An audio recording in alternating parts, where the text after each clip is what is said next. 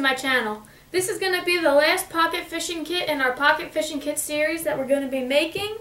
And I've had a lot of fun doing this series, and I learned a lot, and I found out that these kits are pretty much super affordable. I haven't had to go out and buy any of these items. I've had all of these at home, so super inexpensive and really simple and fun and easy to make. So this kit is going to be a little bit different. There's going to be 2 different containers, and we're going to be carrying our fishing rod and a reel with us, as well as a bunch of different lures. So there's going to be a few different things that we're going to be putting into our kit. Now, like I said, we have one tin here, which is an Altoids tin, and we have another mint style tin that was my mom's for a while, and she just finished using it. We're going to have a few different artificial baits and soft plastics, as well as a ton of different fishing lures. And these are pretty much all the lure options that we went through in a previous video. All the different spinners and small different lures and things like that that I've put into this tin. So we're going to have plenty of different lure options with us in this kit, as well as a few different soft plastic grubs, one larger lure here. I'm only bringing one of them because I had it and I figured why not try it. A few of these small Berkeley power bait power worms, and then I found my gulp maggots in the natural color. This thing is really old and worn out, but we're going to put them, again, everything's going to be held in that plastic bag so nothing leaks out. And then for terminal tackle, we have 2 bobbers here, an assortment of jig heads, one larger one for the larger lure, and 3 smaller size white heads, jig heads, to go with the white paddle tail grubs. We have a few different size swivels here. This is a 3-prong swivel. That way you could set out 2 separate lines if you wanted to and tie it off to maybe a limb. A few different size hooks, 2 larger, 3 medium, and then again our size 8 hooks, and plenty of them. I also have some split shots here and some rubber bands to keep everything together. So let's put everything together and put it into our kit. Okay, so for the large and medium size hooks, I'm just going to put them together using a rubber band, like I usually do. And it just needs to be wrapped twice. No problem.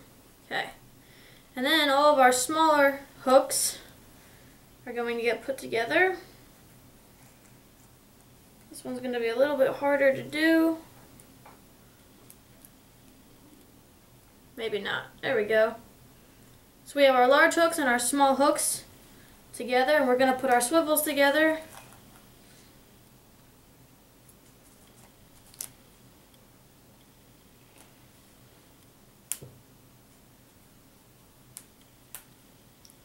Swivels, just like this, just wrap it around. 2 larger swivels, or 3 larger swivels, and now our small swivels.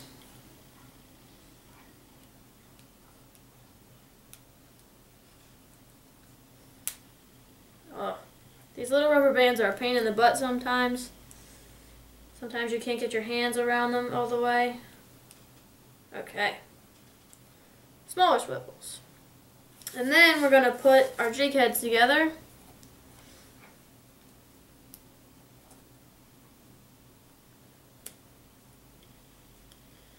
The only reason that I'm doing this is just to keep everything kind of together in the kit. Everything kind of is going to be bouncing around and things like that, so I just like them to be a little bit together. One other thing that I forgot to mention is that I put 2 large pieces, about 1.5 by 1.5 pieces of aluminum foil, heavy duty aluminum foil, and I pressed them down in here. That way if we do catch anything, we can cook it.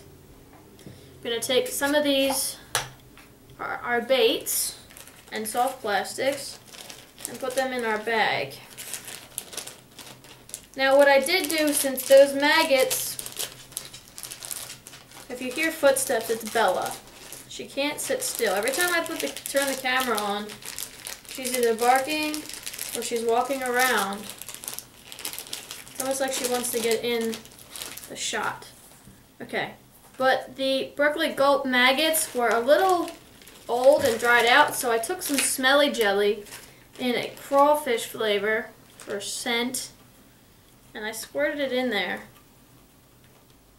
And it is quite strong. So, as well as these being scented, the baits, all of the baits for the soft plastics are going to be scented now as well.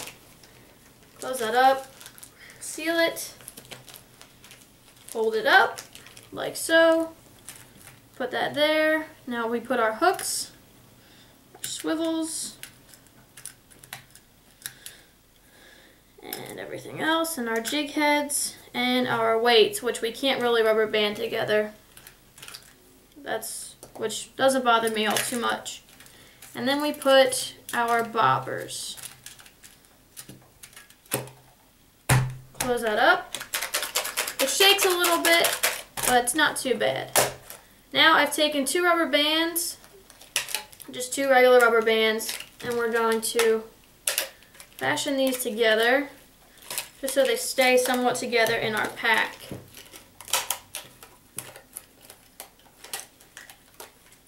Also, what I'm going to put in this kit, or what I'm going to carry with me, are these surgical pliers right here, just to help get the hook out if the fish does happen to swallow the hook.